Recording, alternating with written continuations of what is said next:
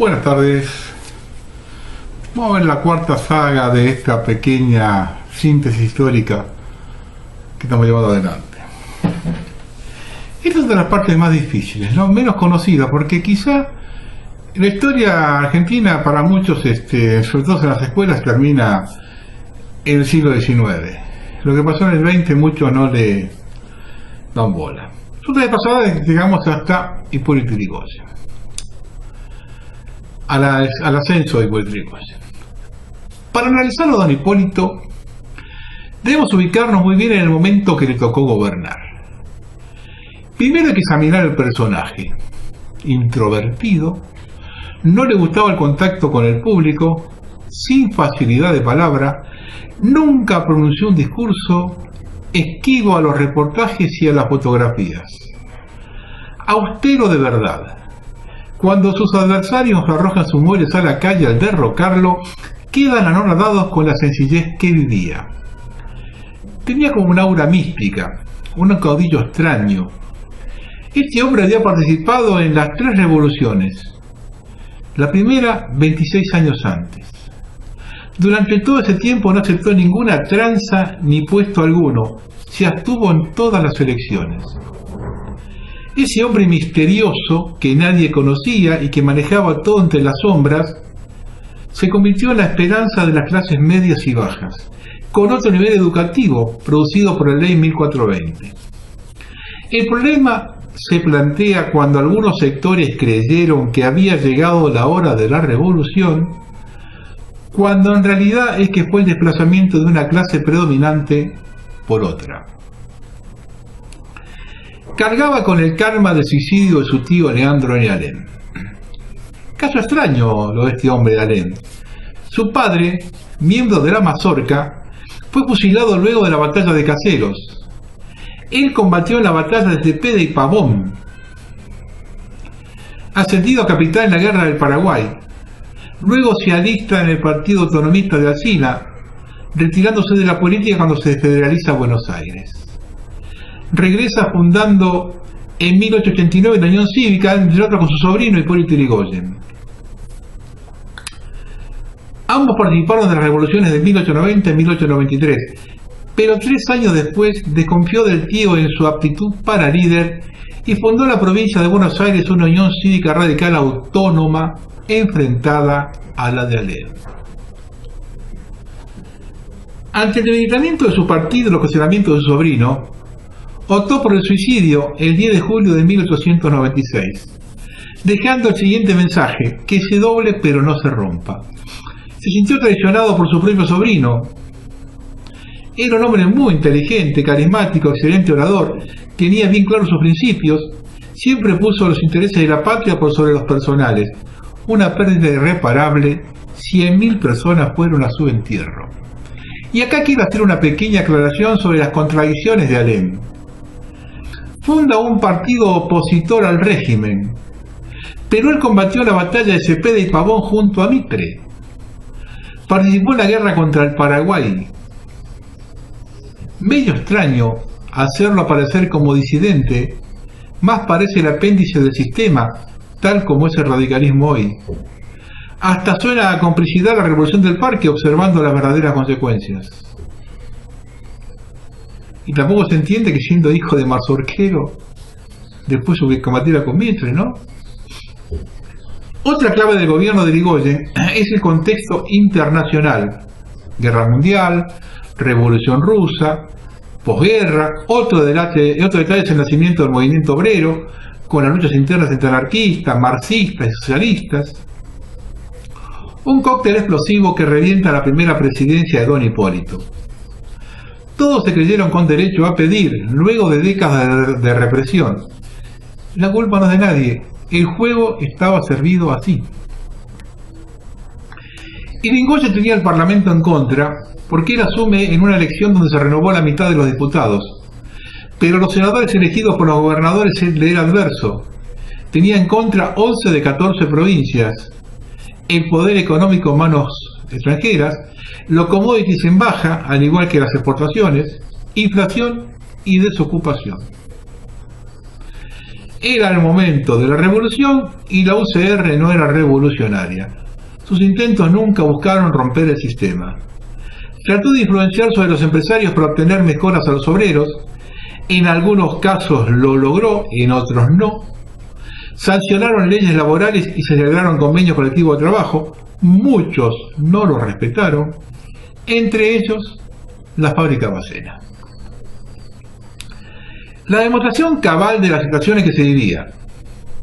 En diciembre de 1918, la metalúrgica Bacena está ahí en La Rioja y Cochabamba. Está la plaza 25 de mayo, 1 de mayo, una plaza grande ahí de 4 manzanas, 3 manzanas, donde termina Cochabamba, La Rioja.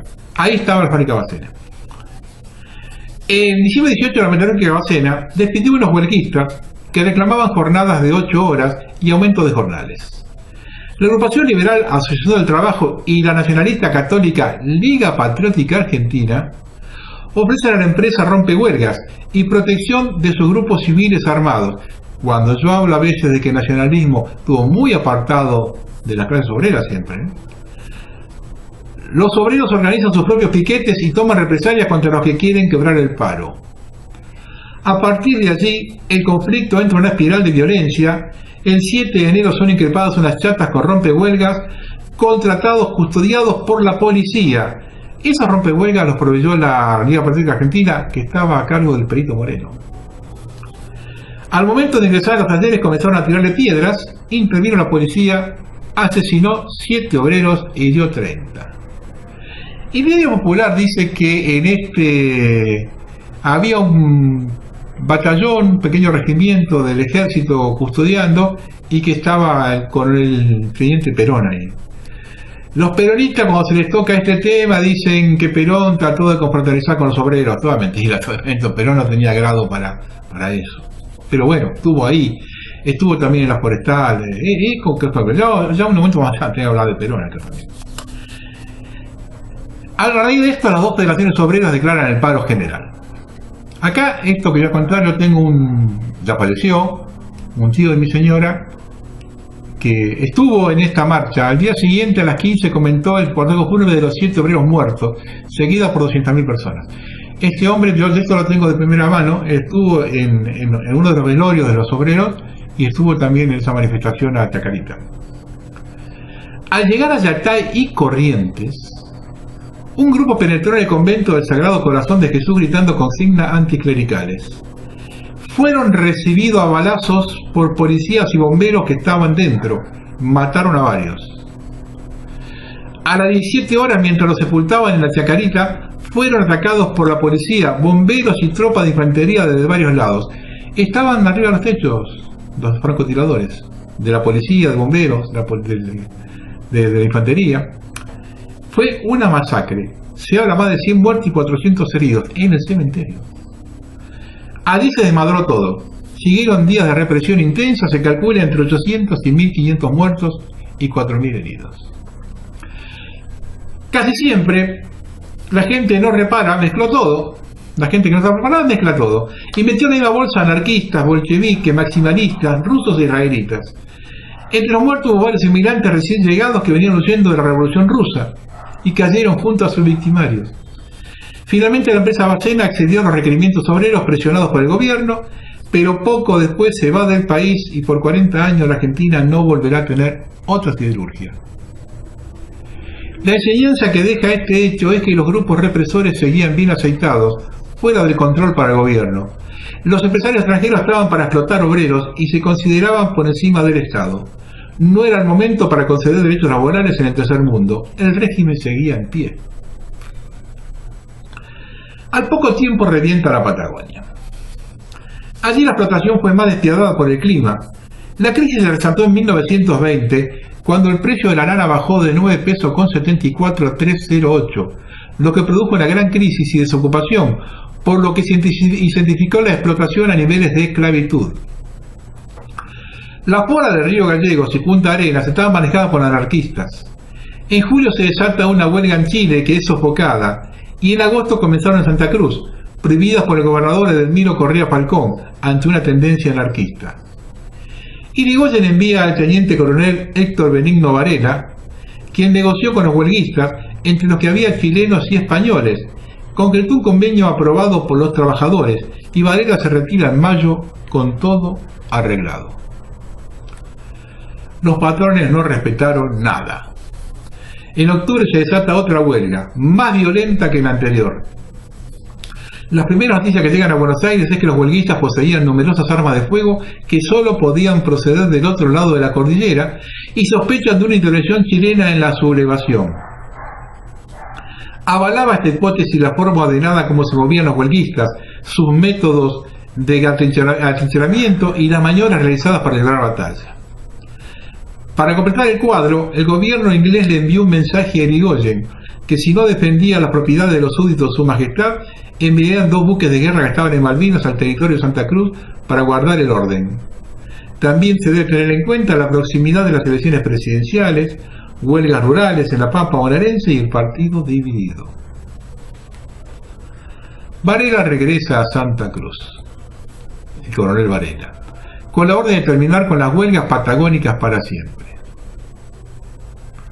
La institución de Irigoyen fue la vaya y termine con el problema. Esas fueron las instituciones de Irigoyen. A interpretarlas, Al llegar observa algunos elementos que no existieron en la primera huelga. Lo adjudica a una injerencia extranjera. No acepta negociación ni diálogo alguno con los obreros, los mismos obreros con los que había hablado él meses antes. Ladrones comunes aprovechando las aguas revueltas roban estancias y los estancieros culpan a los obreros. Allí comenzó una desenfrenada y absurda matanza de trabajadores, calculan 1500 fusilamientos, teniendo en cuenta lo poco poblado que estaba la Patagonia. Uno de los hechos más ridículos de esta historia. Varela tenía los elementos y la fuerza necesaria para no fusilar ninguno y deportar a los extranjeros. Quienes defienden a Irigoyen dicen que no sabía lo que estaba pasando en Santa Cruz y que al enterarse no quiso tener problemas con el ejército. Pregunto, después de la matanza de Bacena, ¿podría confiar en los militares para la misión de Santa Cruz? ¿Por qué no envió junto a Varela a 2 comisionados de su confianza? ¿Habrá buscado no comprometerse amparándose en la distancia? Aquí creo que está el gran error de Irigoyen. Le entregan el gobierno los que durante 60 años vivieron del fraude, de la eliminación sistemática de la oposición. Ellos mismos fueron víctimas los últimos 25 años. Entregaron el país atado de pies y manos al colonialismo inglés. Un régimen manchado con la sangre de miles de argentinos de la purga ideológica más atrás de la historia. Cuando se produce el recambio generacional con toda la gente predispuesta para la gran revolución, Irigoyen los enfrenta con la Constitución, la misma que había sido bastardeada por el régimen que la reformó para beneficiar los intereses del puerto. Hizo lo que esperaban de él. Ningún cambio fundamental. Se hizo cargo de las más feroces represiones de obreros de la historia, signando a la Unión Cívica Radical como un partido de clase media, apartándose para siempre de la clase trabajadora. A contramano de la historia, a ese trabajador explotado y reprimido durante décadas le habla de respetar la Constitución, a ellos que fueron explotados y reprimidos bajo esa Constitución. Lo que esperaba la gente de él lo da la reforma universitaria, que nació de los mismos estudiantes. Ese era el impulso de la sociedad. Ahí no reprimió, y ese mensaje lo captaron todos. Este hombre perdió el tren de la historia, permitiendo la represión militar para no agravar su relación con ellos. Igual terminan derrocándolo para seguir 13 años más de fraude, represión y entrega. Pero por otro lado, tuvo actitudes soberanas como nadie en las relaciones exteriores. Es como que si afuera había un mensaje y en la cosa cotidiana había otro. Pocas veces en la historia argentina se encuentran hechos soberanos tan similares. Una vez ratificado el Tratado de Paz de Versalles, el presidente del Consejo Supremo de la Sociedad de las Naciones, Georges Clemenceau, se dirigió por telegrama el 20 de enero de 1920 al presidente Irigoyen, invitándolo a la Argentina a adherirse al Pacto de la Sociedad de las Naciones.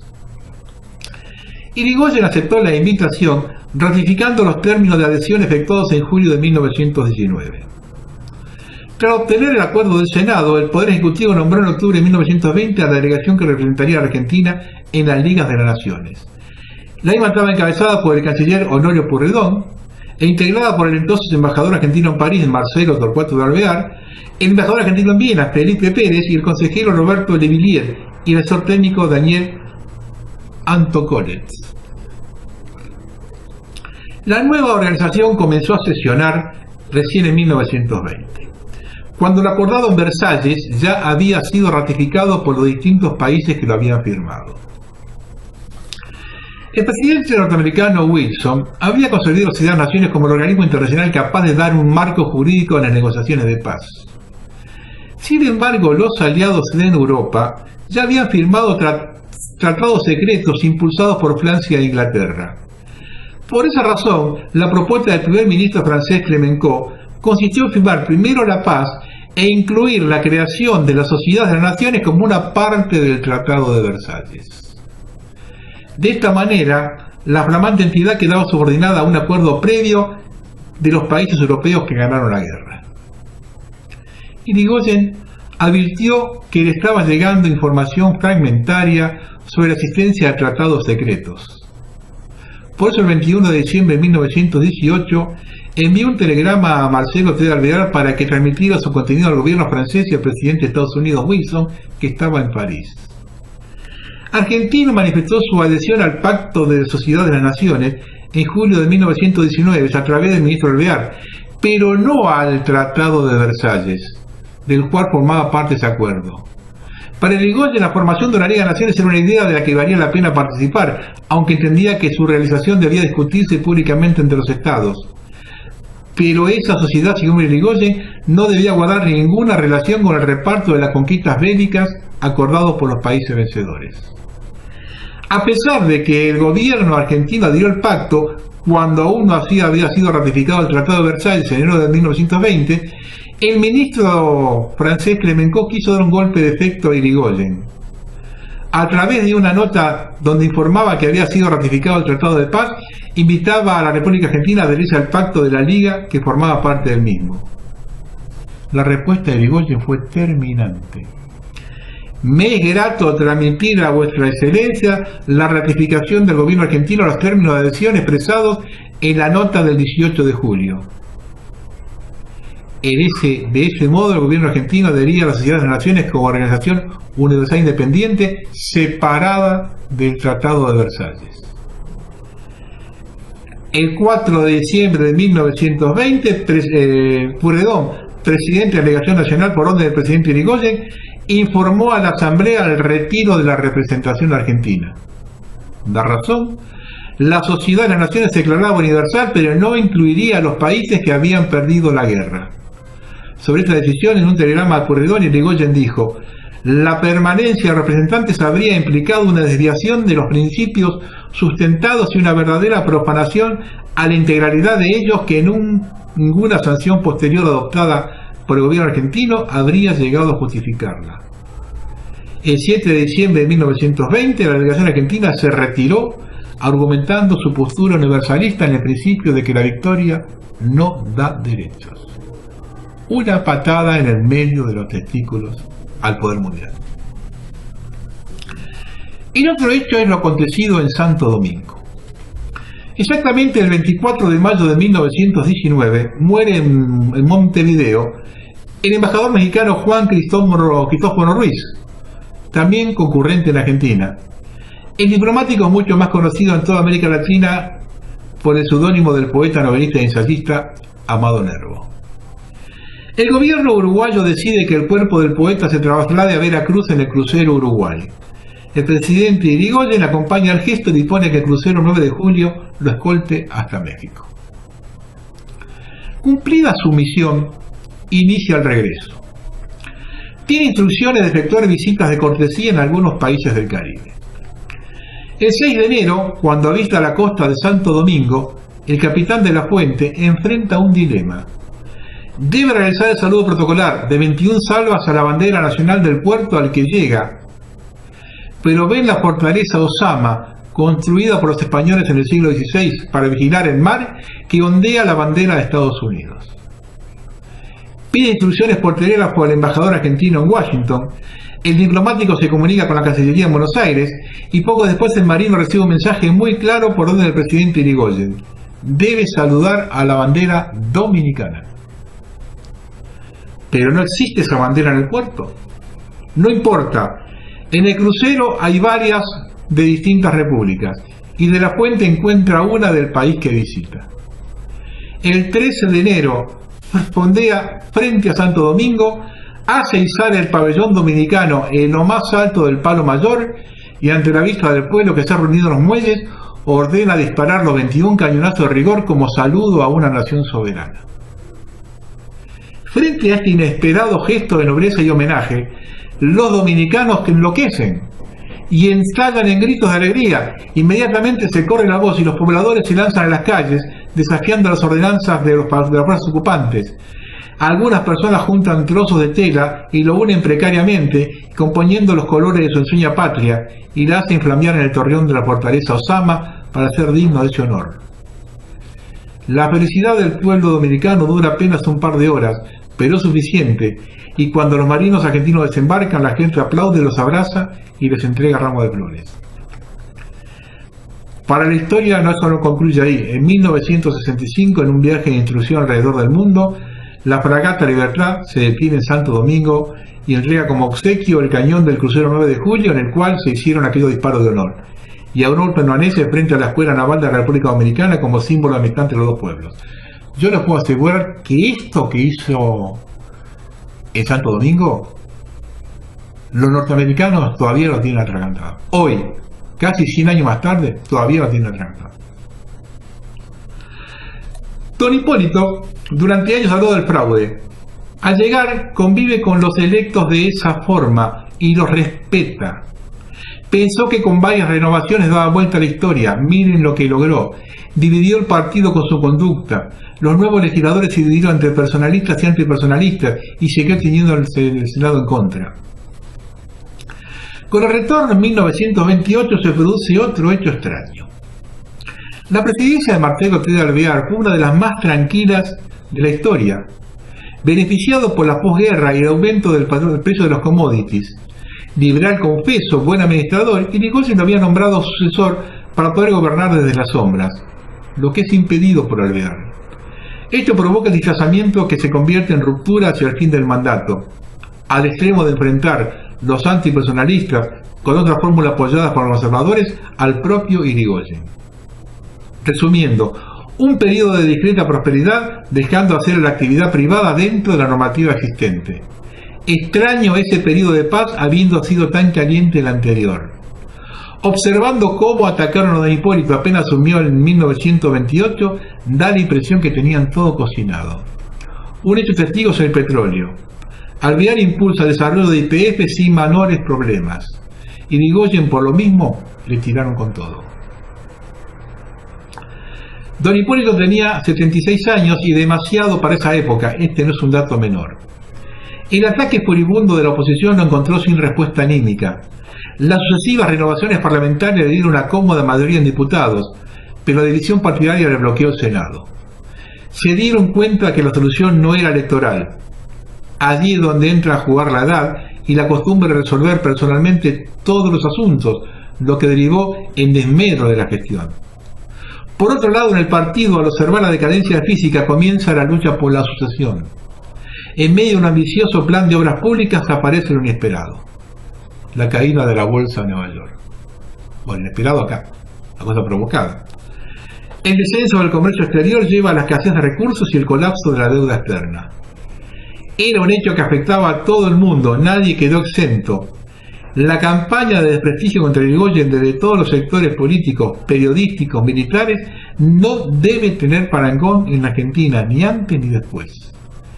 La culpa la cargó Uriburu, pero no hubo sector desde la derecha hasta la izquierda que no se haya subido a la campaña desestabilizadora con mentiras, exageraciones y difamaciones. El escritor norteamericano Waldo Frank, que poco antes había visitado la Argentina, al enterarse de la caída del presidente y el orden constitucional, manifiesta que los sucesos olían a petróleo. Irigoyen apoyó la gestión del general Mosconi al frente de YPF. En 1928 se había negado a realizar concesiones petroleras. El 30 de enero de 1929 crea el Instituto Nacional de Petróleo. el Senado tenía paralizado el proyecto de nacionalización del mismo. En el debate se dijeron las atrocidades más grandes escuchadas contra un presidente. Trataban a don Hipólito de lo que se les ocurra. Hay un hecho muy particular. El 7 de septiembre, un día después de un derrocamiento, había elecciones en Mendoza, donde don Hipólito podría obtener el senador que le faltaba para nacionalizar el petróleo. El día antes fue derrocado. A Irigoyen los radicales lo presentan como el defensor de la democracia, cuando fue un claro representante de la dedocracia. Durante las convenciones radicales, donde todos discutían, él no decía nada. Había que observarlo para ver qué movimiento hacía con el rostro, y esa era la decisión final: no o sí.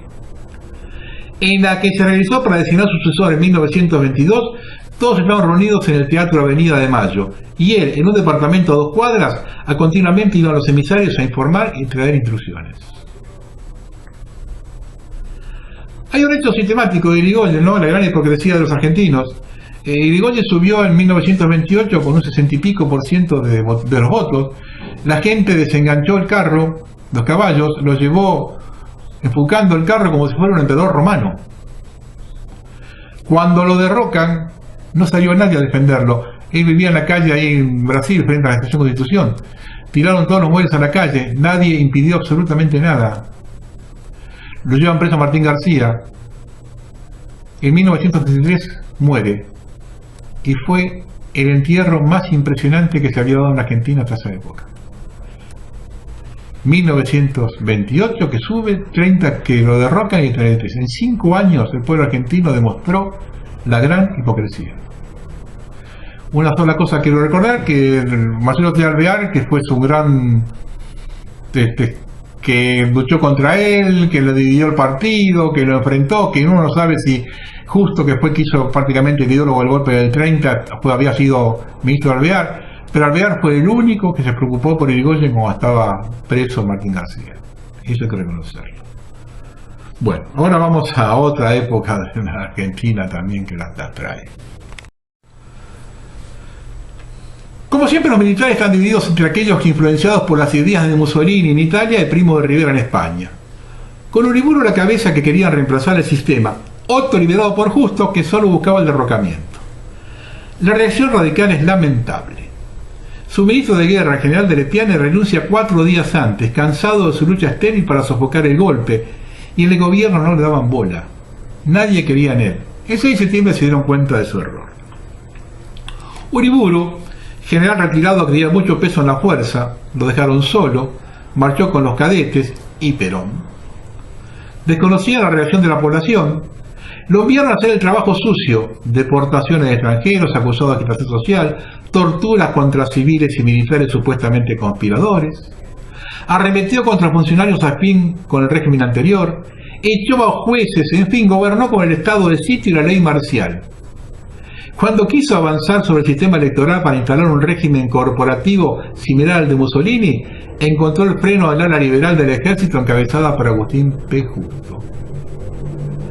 El Partido Conservador de Buenos Aires reclamó elecciones sin proscripciones con la seguridad de triunfar. Ganaron los radicales, dejando a Uriburu tambaleando por la cama que le hicieron. Renuncia al gabinete, sus viejos aliados lo abandonan, Lisandro de la Torre no acepta un ministerio, el general Justo renuncia como comandante en jefe, solo le quedan los 10.000 integrantes de la Legión Cívica. Con ello comienza una terrible persecución a los radicales. Finalmente debe llamar a elecciones presidenciales para noviembre de 1931, con la proscripción radical. Y a pedir de boca del general Justo, que se debe recordar había sido ministro de Alvear, convirtiéndose en otro caballo de Troya de lujo. Allí comienza otra etapa sombría, definitoria en la política nacional.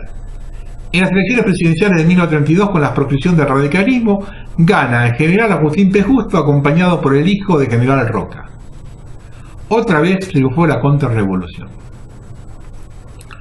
Cuando se desata la crisis de 1929 en Nueva York, todos los países aplicaron medidas proteccionistas. Irigoyen suspendió la convertibilidad del peso oro y controló la compra y venta de divisas.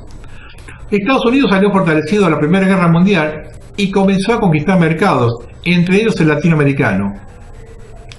Inglaterra, por los pactos de Ottawa, se abastece en sus colonias, pero su producción excede lo que podían comprar, por lo que toma la decisión de recuperar los mercados latinos. Inglaterra suspende la compra de carnes argentinas. De inmediato y por sugerencia de la Sociedad Rural, el 7 de febrero de 1933 llega a Londres una misión encabezada por el vicepresidente Julio Argentino Roca, hijo, e integraba la delegación, entre otros, Raúl Prebisch, futuro integrante de la Revolución Libertadora, y el ministro de Economía, Federico Pinedo, el abuelo de que está ahora con Macri. Lo recibe el príncipe de Gales. Roca, como carta de presentación, dice que la Argentina es una porción del Imperio Británico. Básicamente, el pacto determinaba que Inglaterra compraba un mínimo de 390.000 toneladas de carnes anuales, el 85% a frigoríficos británicos, desbloqueándose las remesas al Reino Unido.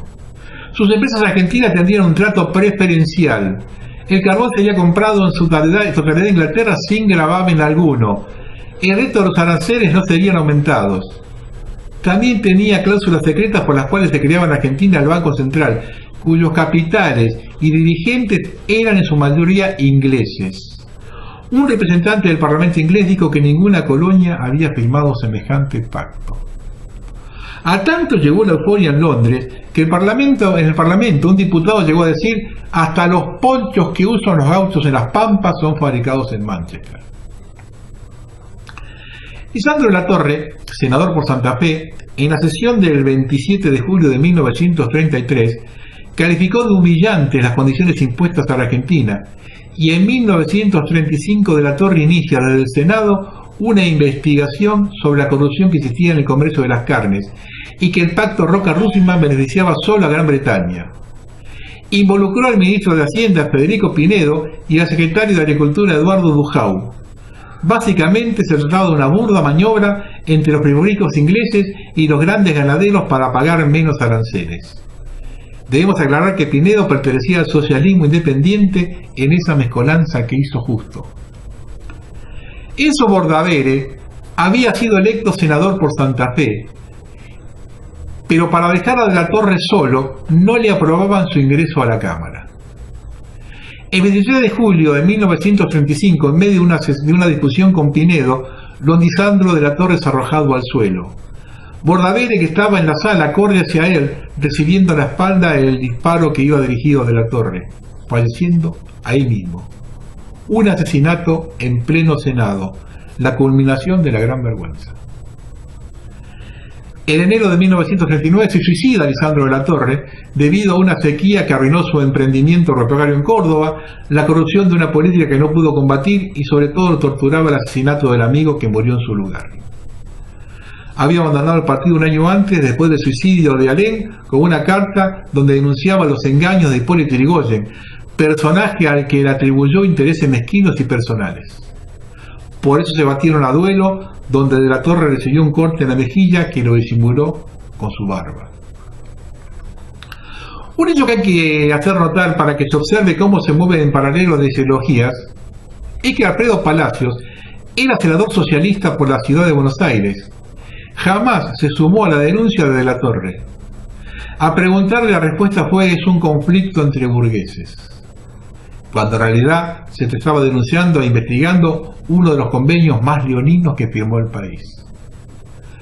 Había cláusulas secretas por las cuales se creaba en Argentina el Banco Central, cuyos capitales y dirigentes eran en su mayoría ingleses. Y aquí hay que hacer un poquito de historia. En 1890 se crea en nuestro país la Caja de Conversión. Antes de su creación, los bancos provinciales emitían su propia moneda. A partir de esa ley se creó una moneda única de curso legal cuya emisión quedó exclusivamente a cargo del Estado, siendo suprimidas las emisiones provinciales de moneda. Esta caja se convirtió en un depósito de metal precioso durante el gobierno de Manuel Quintana, aliado a los grupos británicos que tenían las puertas abiertas para hacer grandes negocios en el país. El Banco de la Nación surgió de la fusión del Banco Nacional y el Banco de la Provincia de Buenos Aires en 1891. Trabajó febrilmente hasta la creación del Banco Central para defender la moneda del flagelo de las especulaciones y llevar su pujanza, como ya habían hecho los bancos citados antes que él, a todo el territorio argentino. El presidente Agustín Justo, el general Justo, cuya gestión se caracterizó por un apoyo incondicional a la oligarquía latifundista ligada a los intereses británicos en nuestro país, crea en 1935 el Banco Central. Disolvió la Caja de Conversión y redujo a un plano secundario las funciones del Banco de la Nación Argentina, una de cuyas atribuciones era conceder créditos a los pequeños productores agrícolas. El Poder Ejecutivo quiso un Banco Central. En realidad, el país lo tenía hacía 40 años en la Caja de Conversión y el Banco de la Nación, que sirvieron al país durante 40 años dando todos los servicios que podía esperarse de un Banco Central. Pero el Banco de la Nación perdió autonomía, necesitaba autorización para otorgar créditos. Si el Banco Central no lo autorizaba, no podía hacerlo, aunque toda la estructura económica del país se derrumbase. Podía suspender, por ejemplo, la concesión de crédito a los trigueros, siguiendo más los intereses extranjeros que los argentinos. Sir Andrew Large, del directorio del Banco de Inglaterra, dijo lo siguiente: dejemos que los nativos argentinos elijan sus gobiernos y tengamos nosotros, los ingleses, la hegemonía comercial en el Río de la Plata. En 1936 se amplía el pacto por el cual se permitió cobrar en Inglaterra un impuesto a las carnes argentinas y se aumentó el límite de remesas en libras esterlinas destinadas a los ferrocarriles ingleses. Además se crea la Corporación de Transportes, donde la empresa anglo-argentina de tranvías tenía privilegios sobre los colectivos nacionales. A cambio de todo esto se obtuvo una disminución de los montos de los fletes para el trigo.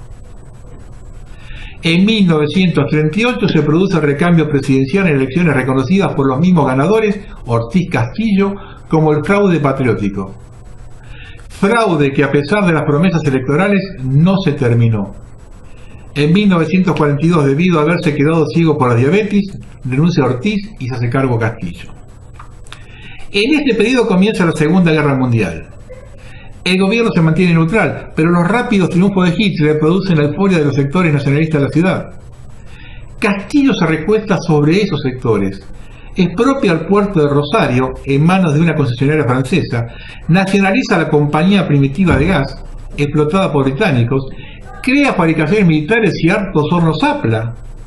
También crea la flota mercante del Estado, comprando los buques de los países beligerantes que estaban en puertos argentinos. Castillo, cuando se sabía que Ortiz iba a renunciar en 1941, recibe una delegación de varios militares nacionalistas que le ofrecen apoyo en tanto disuelva el Congreso y los partidos políticos, establezca una censura de prensa y reprima si es necesario. Castillo no acepta, quizá por convicción, era conservador. Ahí comienza a enrarecerse el ambiente. A la muerte de Justo cree tener vía libre para elegir sucesor, Robustiano Patrón Costas, partidario de los aliados. Ahí deciden derrocarlo y cuentan con el apoyo de sectores democráticos que descontaban el fraude. La clave está en la proclama del general Rawson a los mandos militares, donde denuncia la amenaza del comunismo. El GO, Grupo de Oficiales Unidos, al momento de la revolución, era un grupo de enlace entre jóvenes oficiales superiores. En el mismo sobresalía Juan Domingo Perón, por sus conocimientos y su verbigracia. Al ser nombrado en la Secretaría de Guerra, usó esa dependencia para su promoción personal. De ahí salían las circulares del GO. Allí era donde el ministro, el general Farrell, citaba a los jefes oficiales para que se encontraran con el mismo Perón que los invitaba a adherirse al GO y firmar una garantía de fidelidad al gobierno militar. La exageración de la importancia del GO, la imagen deformada de su verdadera naturaleza, respondió a una táctica de Perón para apoderarse de la revolución. La revolución es por momentos, parece un cambalache, mucha improvisación. Al pasar el general Ávalo por la ESMA, el director no estaba al corriente de lo que sucedía y resistió, cumpliendo su deber. Ábalos, en vez de parlamentar, lo redujo por la fuerza, causando muertos y heridos. El mismo día que debía asumir como presidente el general Arturo Rawson, se dieron cuenta que estaba con los aliados. Para colmo, armó un gabinete con un gaucho de cada pueblo. Había de todo: nacionalistas, aliadófilos, un abogado de empresas inglesas, un nazi. No alcanzó a asumir. Finalmente lo hace el general Pablo Ramírez. Los desconcierta nombrando a militares desconocidos, por lo que resultó difícil clasificarlo políticamente. Esto sí, Desde el comienzo se planteó una lucha contra el comunismo, arresto de dirigentes y conocidos militantes del Partido Comunista y otros partidos obreros y sindicatos. Los que no pudieron huir a Uruguay fueron encarcelados y deportados a la Patagonia. Para difender la relación con los trabajadores se modifica el oscuro Departamento Nacional de Trabajo, dándole estatus de secretaría a cargo del coronel Perón. Allí comienza un trabajo de base sobre la clase trabajadora, iniciando la política social en la Argentina, con el gobierno como árbitro entre empleador y asalariado. Mientras esto se llevaba a cabo, la guerra en Europa había cambiado de mano. Los aliados iban hacia la victoria. La presión de Estados Unidos era insostenible, por lo que Ramírez rompe relaciones con el Eje. Los sectores nacionalistas lo tomaron como una traición. Perón y Parre se ponen a la cabeza de las críticas hasta hacerlo renunciar, asumiendo el general Elmiro Parre, que conforma un gabinete netamente nacionalista. Perón es nombrado vicepresidente y con una tremenda visión de futuro, con la intención de acercarse a la clase trabajadora, toma distancia de los nacionalistas sin oponerse y se mantiene presidente de las relaciones exteriores. Por eso, cuando el gobierno debe reconocer la derrota del Eje, las manifestaciones de la oposición se dirigen hacia Perón, verdadero hombre fuerte. Resiste varios embates hasta que el general Ábalos, sin demasiado apoyo en la fuerza, lo detiene y envía a Martín García. Y aquí comienza otra historia, que yo honestamente le digo, quiero relatarla, pero no solo. Buenas noches.